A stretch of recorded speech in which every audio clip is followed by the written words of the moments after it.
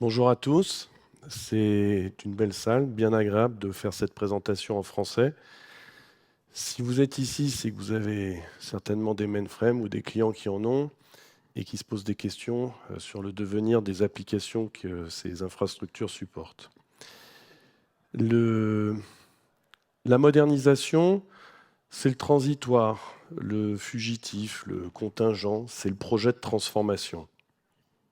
C'est la moitié de l'art. L'autre moitié, c'est l'éternel, l'immuable, vos règles de gestion, votre métier.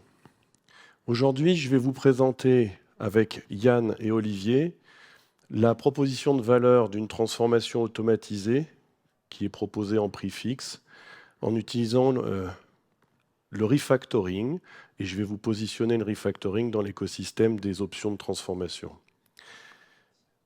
Olivier Vergotte vous fera un retour client. Yann et moi l'interviewerons pendant une quinzaine de minutes au milieu de cette présentation. Et Yann conclura après cette interview par une démonstration d'une chaîne DevOps de déploiement d'un résultat de transformation dans le cloud AWS. Donc, comme je vous le disais, je vais vous présenter la proposition de valeur de AWS Blue Edge Automated Refactor, ainsi que la méthodologie, et vous faire une petite démonstration de l'outillage sous-jacent. Le positionnement des différentes options que vous avez aujourd'hui lorsque vous regardez votre mainframe, on va commencer par en bas à droite, il y a toujours l'option de ne rien faire. Et l'option de ne rien faire engendre les coûts que vous connaissez aujourd'hui et la dépense telle que vous la faites aujourd'hui.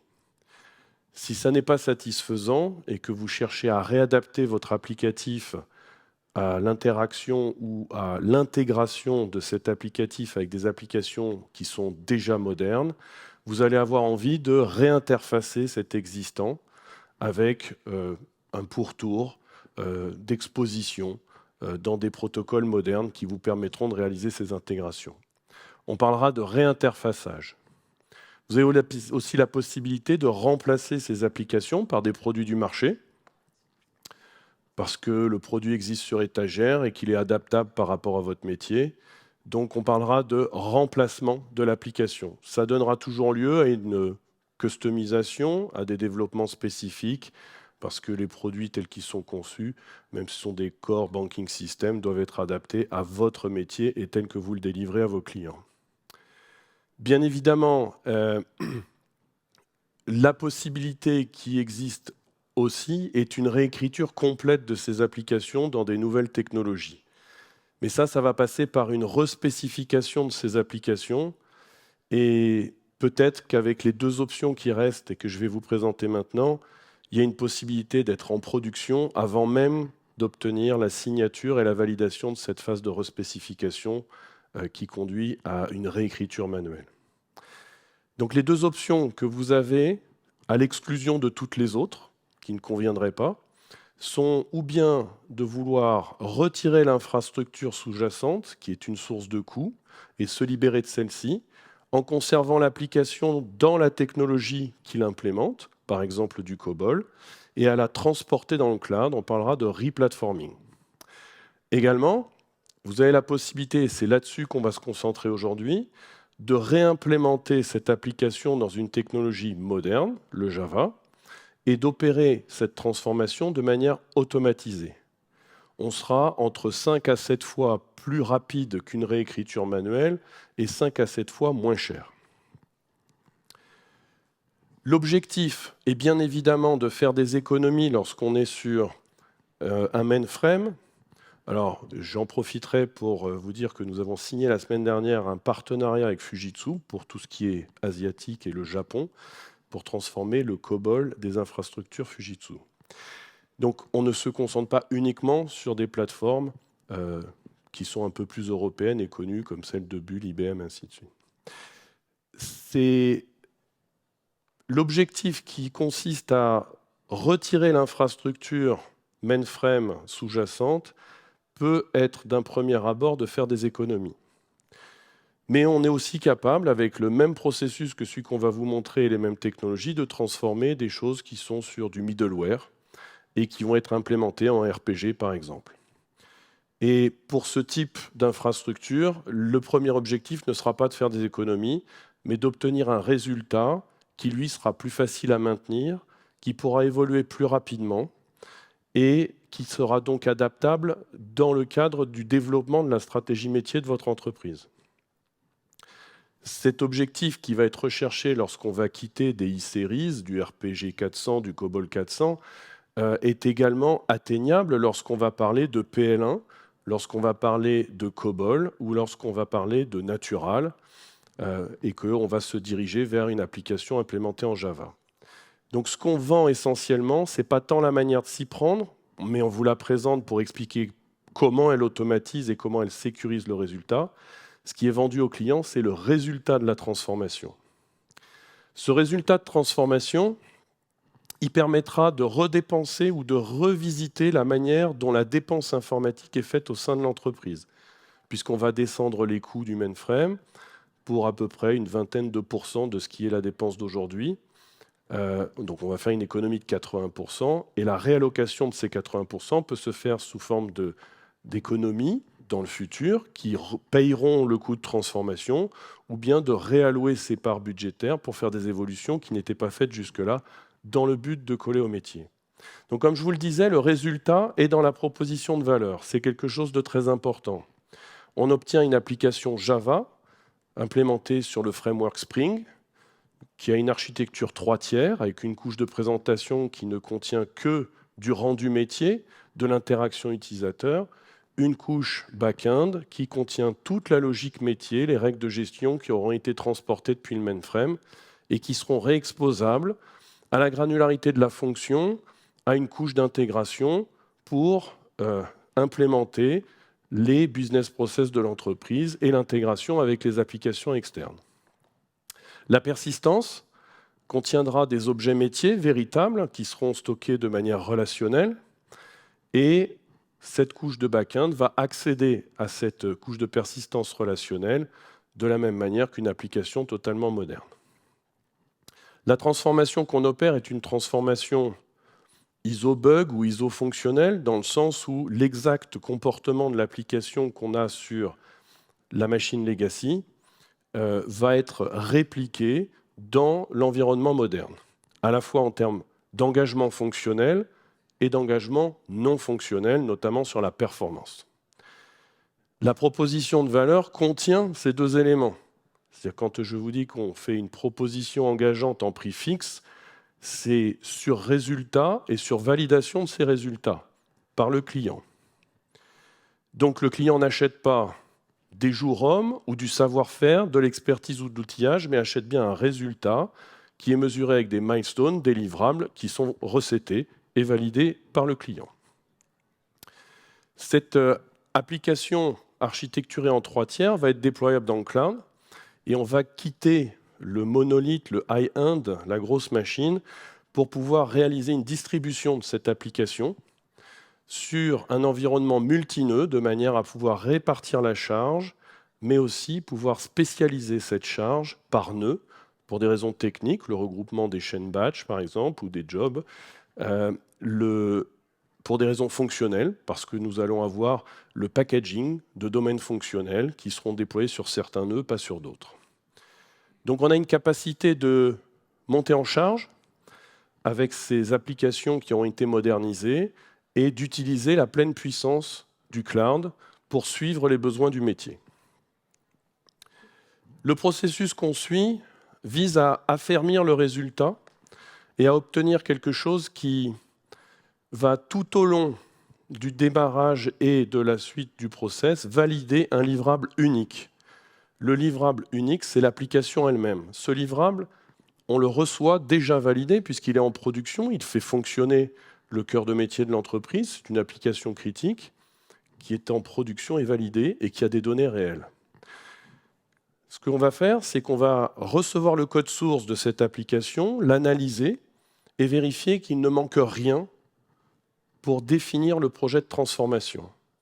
Donc on va réaliser une analyse des éléments qui pourraient être manquants, du code source qui a été perdu, qui a oublié de nous être donné, ainsi de suite. Mais on va aussi réaliser une analyse dans le sens où on va vouloir réduire ce périmètre pour ne conserver que les applications strictement, les fonctions strictement nécessaires de l'application. Pourquoi? Parce qu'au fur et à mesure des 20 ou 30 dernières années, certaines fonctionnalités ont peut-être dépéri, elles sont maintenant obsolètes et il n'y a aucune raison de les transformer ou de les conserver.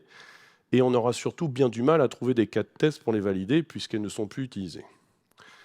Donc on va réduire ce périmètre. Et réduire ce périmètre, c'est très fort, puisqu'en fait, le prix d'un tel projet s'apprécie en fonction de la complexité technique qui est en face de nous, la dimension de l'application en nombre de lignes de code, c'est très factuel, et la complexité fonctionnelle de cette application qui se mesure en nombre de use cases ou en nombre de cas d'usage qu'on traduira en cas de test. Donc cette phase de qualification-expertise donne lieu à la fabrication du périmètre de transformation. Et cette définition va perdurer tout au cours du processus. Et le livrable qu'on a reçu en entrée de la part du client, qui est une application qui marche, doit être transformé au cours du process et passer de phase en phase en étant validé à chacune de ces fins de phase, de manière à couvrir le risque de la phase qui vient de s'écouler et rien d'autre. Et de remettre ce livrable dans les mains de celui qui a le rôle et la responsabilité de la phase suivante, de manière à ce que lui-même couvre son propre risque avec ses propres validations. Une fois ce processus fait, on aboutit à une application qui peut aller en production. Donc la phase de calibration va consister également à identifier un sous-périmètre. Ce sous-périmètre va permettre d'échantillonner, d'être représentatif de l'application complète, dans le but de valider la transformation, mais surtout de compléter les règles de gestion qui existent par défaut pour couvrir les cas spécifiques. Ces cas spécifiques qui vont être, par exemple, la reconnaissance d'un pattern qui a été implémenté dans l'entreprise et l'explication à l'outillage de comment le transformer en cible. On passera ensuite sur des phases de vérification et validation. La vérification consistera à lever tous les effets de bord que peut avoir l'automatisation de cette transformation et les corriger. Et la validation consistera à prouver qu'il n'y a plus aucun effet de bord et qu'on peut aller en production. Cette chaîne, elle est entièrement automatisée au sein d'une chaîne qui est intégrée à la console AWS, sur laquelle nos partenaires peuvent se former et donc délivrer eux-mêmes des projets de ce type-là.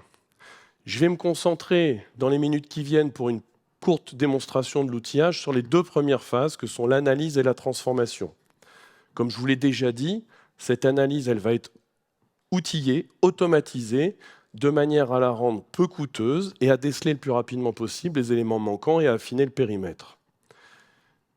La deuxième partie de la démonstration se concentrera sur l'obtention du code Java modernisé par, dans la même logique, une automatisation des tâches qui fait qu'on délivre de la complexité avec simplicité. On va le voir dans la démonstration. L'outil est un outil web qui ne nécessite pas d'installation particulière. L'accès se fait au travers de la console. Donc il suffit d'avoir un compte AWS, d'être autorisé sur la consommation de cet outillage, d'uploader le code source dans l'outil au sein d'un projet qui va calculer automatiquement les métriques dont je vous parlais, la complexité cyclomatique, le nombre de lignes de code, et donc nous donner la complexité du périmètre de transformation. Un classement automatisé des artefacts pour reconnaître les technologies employées, un parcours de ces artefacts, bien ici des interfaces, mais surtout le calcul des dépendances qui peuvent exister au sein des nœuds de cette application, de manière à permettre ce découpage de l'application en fonctions, la granularité étant la fonction. On regroupera ensuite ces fonctions dans ce qu'on appelle des work packages, des lots, qui seront ordonnés dans le temps et qui permettront d'établir une stratégie de transformation. La manière dont on opère, c'est de repérer un nœud entrant du graphe. Un nœud entrant, ça peut être une API, un écran, un script qui déclenche un batch job.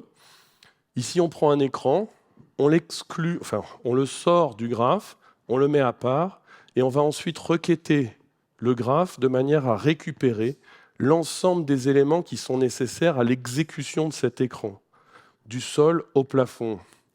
On va aller jusqu'à repérer les tables de la base de données qui sont nécessaires et les fichiers entrants et sortants. Une fois qu'on a fait ces détourages, on a identifié notre périmètre alors de démonstration, de POC et ainsi de suite. On voit ici qu'on est sur un patrimoine qui fait 120 millions de lignes de code. On n'est plus sur la petite démonstration que j'avais jusqu'à présent. Alors le graphe, il est beaucoup moins lisible pour l'œil humain, et donc on a envie de le simplifier. Cette simplification, on va l'opérer en disant que l'ensemble des artefacts d'une application, on est sur un patrimoine multi-applicatif ici, vont être agrégés en un seul nœud dans le graphe. Chaque application représentera un nœud, et on ne va conserver que les interdépendances entre les applications et la persistance, de manière à, dans la même logique que celle que je viens de vous expliquer, pouvoir identifier des groupes d'applications qui doivent être convertis, transformés, modernisés ensemble, pour construire des clusters, des vagues, et les échelonner dans le temps, de manière tuilée ou pas, pour construire la transformation journée, c'est-à-dire la logique de transformation de bout en bout. Donc on voit ici quelque chose de beaucoup plus simple que ce que je vous avais montré. On a des interdépendances entre applications qui ont été regroupées, telles que je viens de vous l'expliquer, dans des work packages qui sont des vagues, elles-mêmes composées de clusters, qui donneront lieu à des projets qui seront déroulés en parallèle, de manière concurrente, pour être délivrés à la fin ensemble et être déployés éventuellement dans le cloud. On vient de construire en quelques minutes ici une transformation, un plan de transformation. On va passer maintenant, donc, une fois que ce plan de transformation est établi, validé, discuté avec le client, à l'obtention du code Java lui-même. Eh bien, on vient tout simplement faire reposer le Transformation Center sur le résultat de l'analyse, et on va paramétrer le Transformation Center. Encore une fois, pas besoin de déploiement, pas besoin de choses très complexes. On va se concentrer sur les propriétés remarquables de l'outil de transformation, le class path du code qui va être généré, l'encoding des données, le type de prestations qu'on attend de l'outil, si on veut faire une transformation partielle, ou toutes les étapes, ou certaines d'entre elles, et ainsi de suite. Et on obtient, in fine, un code Java dans lequel on peut faire tourner une Javadoc, on peut le rétro-documenter, on peut ajouter du refactoring selon les spécifications du client et rejouer tout ça. Le code Java est simple, lisible, et donc maintenant, il s'agira de le déployer en utilisant le reste de la console dans un environnement de test où il puisse s'exécuter.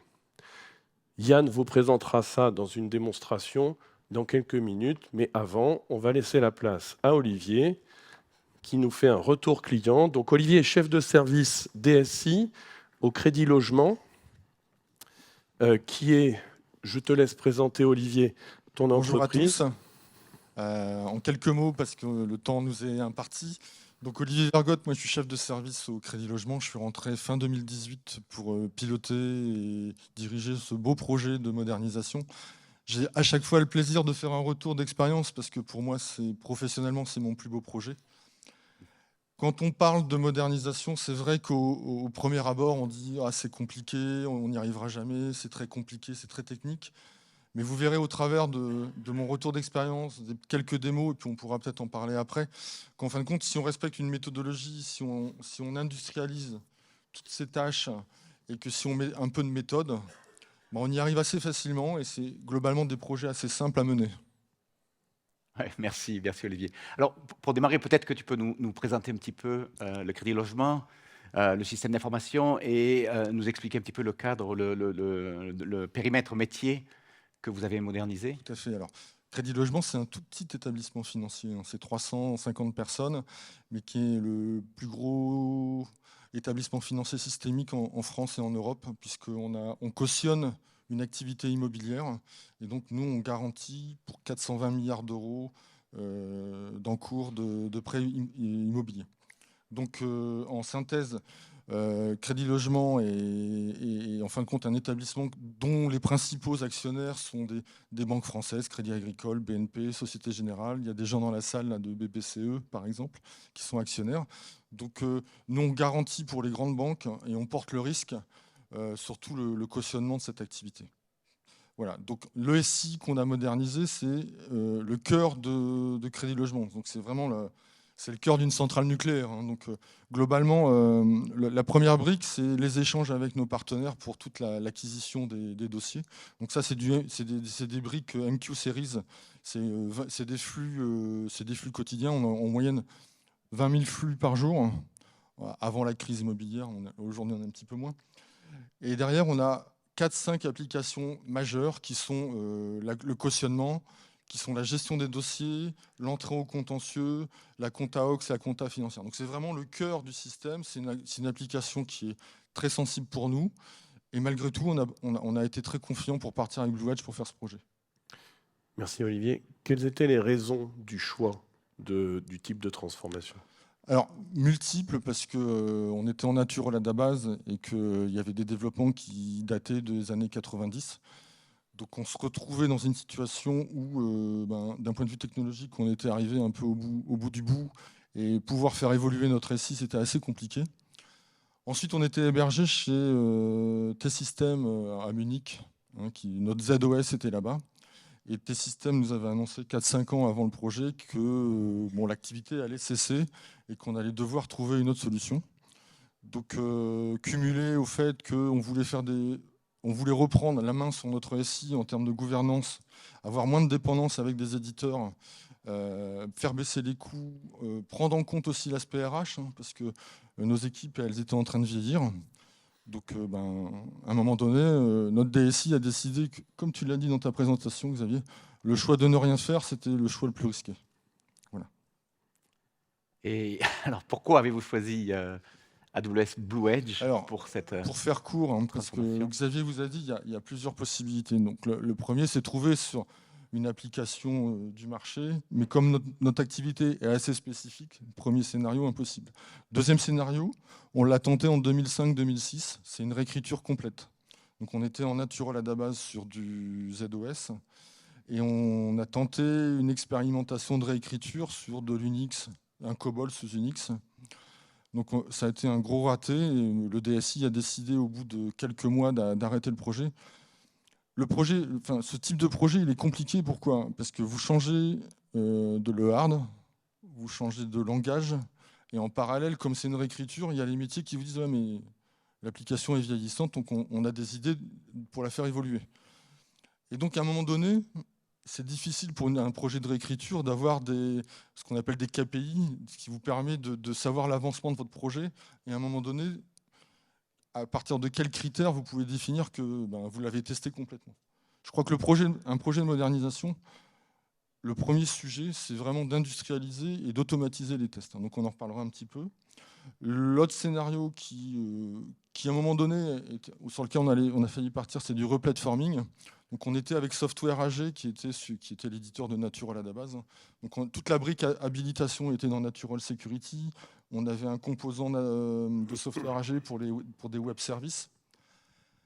Et on avait un système de licence avec Software AG qui nous déplaisait. Et les discussions, on a essayé de discuter avec eux pour trouver une solution court-termiste de replatforming. Et la discussion a capoté parce que ils nous ont un peu surfacturé cette migration de replatforming. Pour nous, c'était assez peu. Enfin, il n'y avait pas de valeur à faire ce type de projet.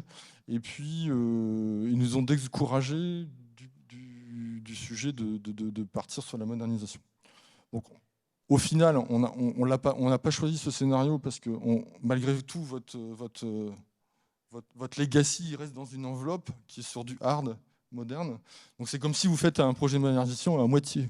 C'est-à-dire qu'à un moment donné, vous dites, c'est comme le Canada Dry, vous faites croire que vous avez modernisé, mais bon, vous avez modernisé un bout. Donc certes, c'est des projets globalement, je pense, faciles. Malgré tout, vous avez toujours une dépendance. Et tant que vous avez des dépendances, c'était une des raisons qui nous a choisi de prendre Blue Edge, c'était la dépendance, c'était d'être libre, pardon, et de pouvoir retrouver la main sur notre SI. Voilà, donc on voulait se séparer de Software AG, donc on est parti sur une solution de refactoring. Et si on part sur la mise en œuvre, quels étaient vos principaux challenges et comment vous les avez surmontés? Alors les challenges étaient multiples. C'est difficile en 5 minutes de les citer, mais globalement, sur l'aspect humain, c'est l'accompagnement de la DSI. Aujourd'hui, on avait une DSI très colorée mainframe, on avait une seule application Java, et on avait une vieille intégration continue sous SVN Jenkins. Bon, donc l'idée était de les accompagner pour l'acceptation du projet, parce que c'est important. C'est comme un train, un projet de modernisation. À chaque étape, il y a des gens qui montent dans le train. Et au début du projet, il n'y a pas grand monde qui vous suit pour faire le projet. Voilà. Donc il y avait les architectes qui ont validé le projet, le DSI était là. Le directeur général a été le sponsor, et c'est grâce à lui si le projet a avancé vite. Le choix derrière, le choix et les challenges sont été... on a eu des challenges techniques, hein, la performance, on avait des use cases où on devait gérer des conflits entre notre activité TP et des flux avec les agences. Quand on travaille sur un dossier, quand un analyste travaille sur un dossier et qu'il est avec un conseiller qui, lui, est dans son agence à la BNP, par exemple, ils échangent, et quand ils sont au téléphone, il dit ton dossier n'est pas bon, il faut le revoir. Donc il rejoue son dossier, il le resoumet, et donc il fallait gérer les conflits. Donc ça, c'est les aspects techniques. On a eu des sujets assez rigolos. On a, par exemple, on a eu une première livraison, Blue Edge, il y avait une application qui calculait les tableaux d'amortissement. Donc pour calculer les tableaux d'amortissement, c'est des formules scientifiques et tout, et on a eu un problème d'arrondi. Donc il a fallu expliquer aux maîtrises d'ouvrage et au métier qu'en fin de compte, les calculs sur mainframe n'étaient pas faux, que les calculs sur la modernisation n'étaient pas faux. Il fallait juste expliquer que les calculs sur la modernisation étaient plus justes. Parce que comme on a plus de digits après la virgule, on se retrouvait avec une précision sur les calculs scientifiques plus forte. Voilà. Donc c'est des sujets assez cocasses. Il m'a fallu 2 semaines pour traiter ce sujet. On avait même un plan B avec Blue Edge. C'était de recalculer un calcul naturel à la base. On a dit mais on est fou. Donc on l'a pas fait. Ça marchait trop bien en fait. Ouais. Et on avait, par exemple, un use case TP, où je n'ai jamais compris d'ailleurs, c'était un cas apparemment normal, mais le message d'anomalie, c'était un message naturel à la base. Et on m'a fait une fiche d'incident. Je crois, Yann, que tu avais une question aussi sur les bénéfices que vous en avez retirés. Ouais, mais ça. D'accord. Et on m'a demandé, dans le modernisé, de remettre le même message naturel à la base. Je leur ai dit, mais bon, on va quand même pas réécrire le ZOS, donc c'est des sujets assez rigolos, parce que les maîtrises d'ouvrage, on leur vend un projet en disant on fait tout pareil, mais en fin de compte on fait tout pareil, mais presque pareil. Il y a des sujets un peu plus modernes, hein. Pour se connecter à l'IBM, on passait par un écran TPX, on choisissait son environnement, derrière il y avait Natural Security qui vous donnait les habilitations. Dans le modernisé, c'était une application déployée sur Citrix, et automatiquement, l'AD vous disait si vous avez le droit d'accéder à cette appli, et on a intégré les habilitations dans l'appli. Donc globalement, on a eu des sujets techniques, on a des sujets humains, on a eu plein de sujets assez cocasses pendant le projet, mais qui au final, à chaque fois, on a su trouver une solution. Je crois que la force de Blue Edge, c'est son savoir-faire par rapport à ces problématiques de modernisation.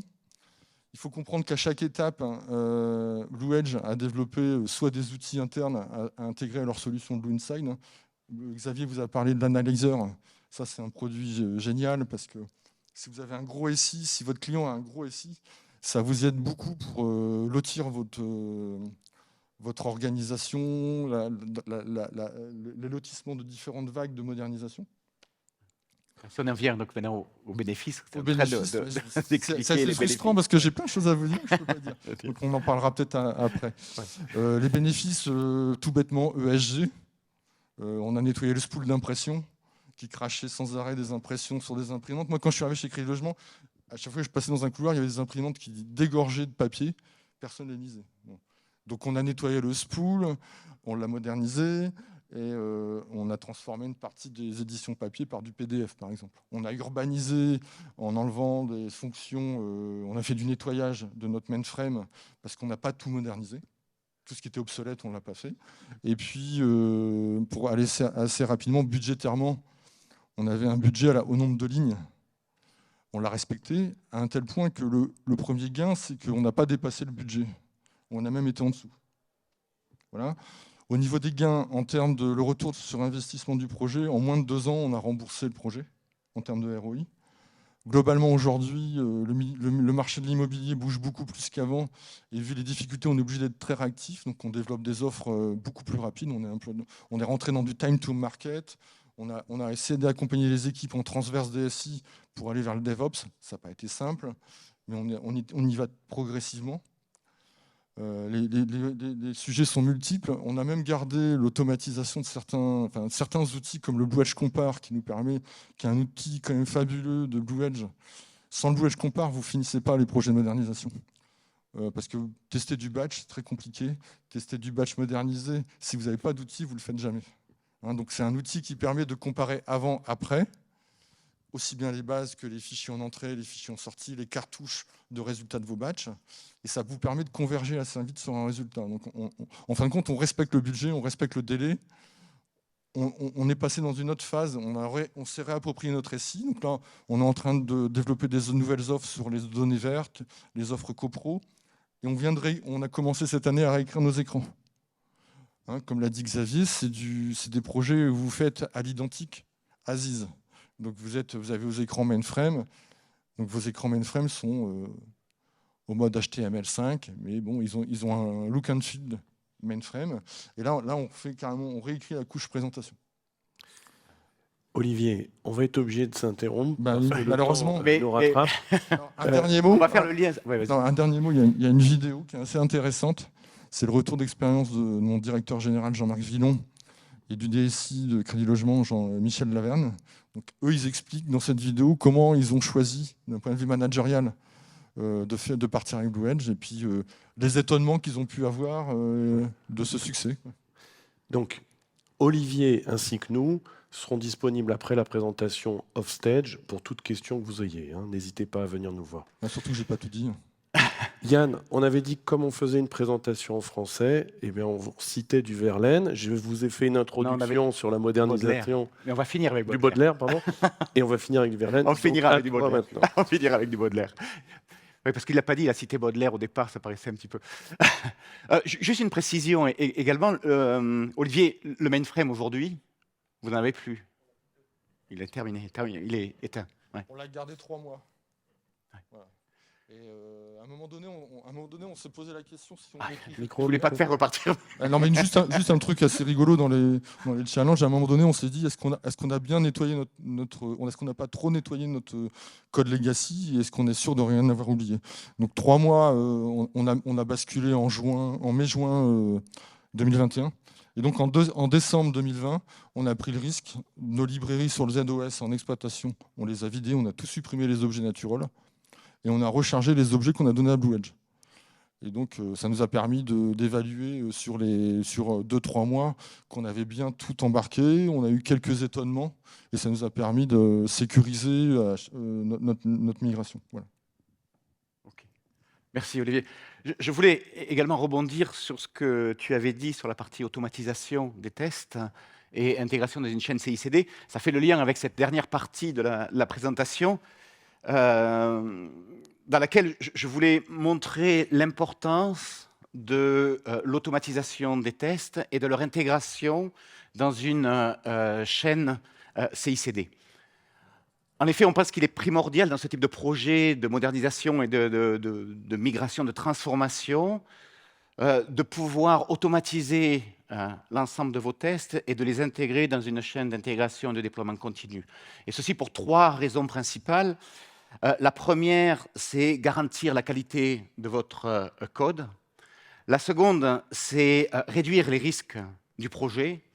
Et la troisième, c'est réduire la durée de votre projet.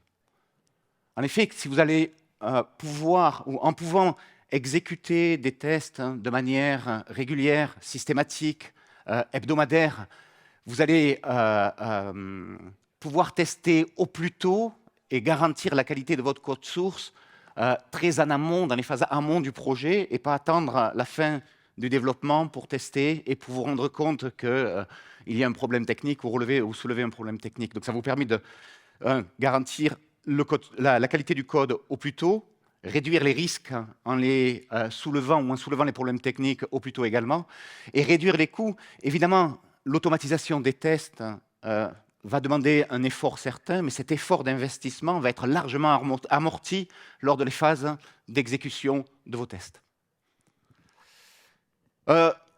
Il a été annoncé à re:Invent il y a quelques mois un service qui s'appelle Application Testing dans le cadre de AWS Mainframe Modernisation. Ce service n'est pas un GA aujourd'hui, il est en preview. Il sera un GA dans les mois à venir, courant 2024. Mais ce service va vous permettre d'accélérer et automatiser les tests à grande échelle et à la demande. Il couvre une large gamme de cas d'utilisation et ils vont vous permettre de valider itérativement l'équivalence fonctionnelle de vos applications. Alors, ce qui est important, c'est que ce service Application Testing va fonctionner évidemment durant la migration et la transformation de votre projet, mais également vous allez pouvoir l'utiliser pour vos tests de non-régression. Une fois la migration terminée, quand vous allez faire évoluer votre application, vous allez pouvoir continuer à utiliser cet outil pour valider vos tests de non-régression. Alors, comment ça se décompose? En fait, ça se décompose en 3 étapes. Une première étape qui est ce qu'on appelle l'enregistrement de la source, dans lequel vous allez enregistrer vos cas de test sur le mainframe et vous allez capturer l'ensemble des données sur le mainframe que vous allez ensuite pousser sur AWS. La deuxième étape va consister à rejouer les cas de test sur l'architecture cible, donc sur AWS. Et la troisième et dernière étape va consister à comparer les résultats que vous avez obtenus pendant la phase de la deuxième étape, pendant la phase de replay, et les comparer avec les données de référence que vous avez acquis durant la première phase. Alors, vous allez pouvoir faire ces comparaisons à 3 niveaux différents. Au niveau des fichiers qu'on appelle sur le mainframe côté VSAM, des fichiers VSAM. Donc, vous allez pouvoir comparer les différents records de vos fichiers VSAM sur le mainframe et sur AWS. Vous allez pouvoir faire effectuer vos tests au niveau des bases de données. Donc, sur certaines colonnes de votre base de données, vous allez pouvoir comparer les données. Et le troisième élément où vous allez pouvoir effectuer vos tests est au niveau des écrans applicatifs. Vous allez pouvoir comparer vos écrans applicatifs et comparer que les résultats en sortie sont les mêmes que vos données de référence. Alors, je vais vous faire une démonstration et partager cette démonstration avec vous qui va illustrer cette partie automatisation des tests et intégration dans une chaîne CI/CD. Mais avant, je voulais vous présenter l'architecture qui supporte cette démonstration. Alors, vous voyez la première étape, c'est on va générer un code pipeline qui va orchestrer toute la chaîne d'intégration de déploiement continu. Ce code pipeline va être provisionné via de l'infrastructure as code. Et la solution d'infrastructure as code d'AWS, c'est CloudFormation. Donc, on va avoir un template CloudFormation qui va créer mon pipeline. Et à l'intérieur de mon pipeline, on va trouver plusieurs phases. Une première phase où on va récupérer le code source, qu'on va aller pousser sur un bucket S3. Et ensuite, une deuxième phase qui va consister à builder l'application, donc générer les binaires Java, les fichiers WAR, les fichiers jar. On va pour cela utiliser un repository d'assets. Alors, on utilise, dans notre cas, AWS Code Artifact. Encore une fois, tout ce qui est repo, Code Artifact ou Code Commit, on a choisi les solutions d'AWS. Il est extrêmement aisé d'utiliser, si vous utilisez du GitHub, du GitLab, du Bitbucket, du Nexus pour l'artefact, vous pouvez bien évidemment intégrer tous ces outils avec la chaîne CI/CD. Donc, on va utiliser les librairies Blue Edge qui vont nous permettre, qui vont être stockées dans ce code artefact pour permettre de compiler et de générer les binaires de l'application, le WAR et les jars. Et ensuite, on va, dans une phase supplémentaire, exécuter les différents test cases, ou les scénarios de test avec les différents test cases. Et durant cette phase, On va, dans un premier temps, provisionner l'infrastructure d'exécution. Donc, quand je dis provisionner l'infrastructure, on va provisionner un runtime Java, un Tomcat, dans lequel on va déployer l'application. On va provisionner la base de données cible et on va également provisionner la base de données de référence. Ensuite, on va rejouer les différents test cases du scénario de test. On va ensuite comparer les résultats obtenus avec les résultats de référence qui ont été stockés dans la base de données de référence. Et la quatrième étape, qui est également extrêmement importante, on va, à la fin des tests, donc fournir un rapport de comparaison, mais surtout déprovisionner toute l'infrastructure. L'idée, c'est de vraiment provisionner et déprovisionner, utiliser l'infrastructure sur AWS seulement durant la durée de vos tests et donc ne payer uniquement l'infrastructure pendant votre activité de test. Alors, je vais vous montrer ceci. On est connecté sur la console. On est sur l'écran de CloudFormation où on va donc générer le template, le CloudFormation template et exécuter, donc créer toutes les ressources qui vont être nécessaires à la pipeline CI/CD. Donc, cette pipeline, ces ressources sont stockées dans un fichier YAML. Et dans ce fichier YAML, on va retrouver toutes les ressources, donc le code build, le code pipeline, les repos. Donc on exécute, je soumets l'exécution de ce code pipeline. On voit l'ensemble des ressources qui sont créées par le CloudFormation template. Donc on va retrouver mon code pipeline, on va retrouver le code build, on va retrouver les buckets S3. Et une fois que le CloudFormation est terminé, complété, automatiquement, il va déclencher le pipeline. Donc, le code pipeline va se déclencher. Vous allez voir son statut qui est in progress. Et on va retrouver les différentes phases dont je vous ai expliqué. La première phase où on va récupérer le code source du repo Git, dans notre cas AWS Code Commit. La deuxième phase qui va consister à compiler. Si vous vous rappelez, si je fais référence à ce qu'a dit Xavier, on a, à l'issue du Transformation Center, un projet Java qui est composé de 4 sous-projets. C'est un projet Maven, POM, qui a 4 sous-projets, un projet web, un projet service, un projet entity pour l'abstraction des données et un projet utilitaire. Donc l'ensemble de ces projets-là vont être compilés au travers un container code build qui va faire le build de l'ensemble de l'application. Donc vous voyez là le build de l'ensemble de l'application, ça prend quelques minutes. Et à la fin, on a nos 4-5 projets Java qui ont été compilés avec succès. Et on va pouvoir déclencher la dernière phase qui va consister à exécuter l'ensemble des tests sur l'infrastructure, sur l'application, sur le service Application Testing. Donc pour exécuter ces tests, on va devoir récupérer les fichiers binaires Java, les packager ensemble, initier ou mettre en place certains fichiers de configuration pour se connecter à la base de données, pousser toutes ces informations, tous ces assets dans un bucket S3 qui sera ensuite utilisé par l'application AppTesting. Donc on va derrière déclencher, c'est ce que vous allez voir dans quelques minutes, un script Python qui va déclencher la partie AppTesting. Pour la partie AppTesting, donc ça arrive, vous allez voir les différentes phases dont j'ai parlé tout à l'heure. La partie, on va aller sur le scénario AppTesting, 2 secondes. On y va, voilà. Sur AppTesting, on va sélectionner le scénario qui est composé de plusieurs test cases. Et donc c'est le premier ici, voilà.